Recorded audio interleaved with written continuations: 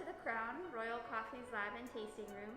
I'm Sandra Elisa Loofbourow. I'm the tasting room director here at the Crown, and today we're going to be talking about grind size and consistency and why it's important for good extraction. Grinding is a really critical way of controlling your rate of extraction and making for a successful brew. There are two things that are paramount when considering grind. One is grind size and grind consistency, and the other is freshness of grind. In the coffee industry, we prefer burr grinders over blade grinders.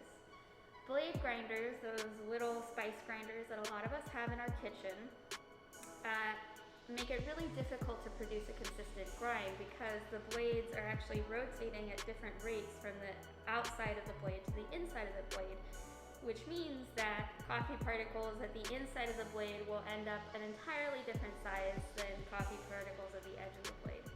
There are some techniques we can use to mitigate that effect, and there are best practices for using a blade grinder at home. But in our industry, we prefer burr grinders pretty much across the board. So let's talk about grind size. The reason grind size matter is because of the way that extraction happens.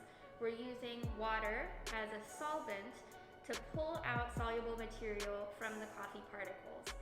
That means that the more of the coffee particle that's accessible to the water, the more effectively and efficiently it can extract. If you think about a big coffee boulder, a particle that's big, you have all this exposed surface area, yes, but there's also all of this stuff in the middle of the coffee particle that the water doesn't have easy access to.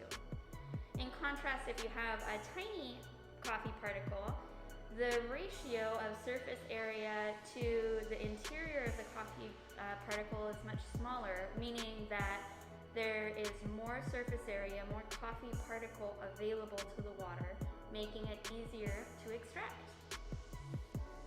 Another important factor is grind consistency. If we're talking about controlling the rate of extraction through grind size, that only really works if all of your particles are the same size. If you're working with a grinder that doesn't produce a consistent grind, you're left with some coffee particles that are really big and that will take the water a lot of time and energy to penetrate to the center of. And you'll also be left with a lot of small or even micro particles called fines that the water is able to flush out almost immediately with no effort.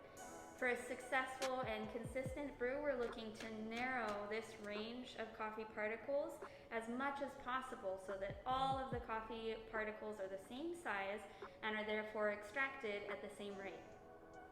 The other crucial part of grinding is grinding fresh right before you brew the coffee.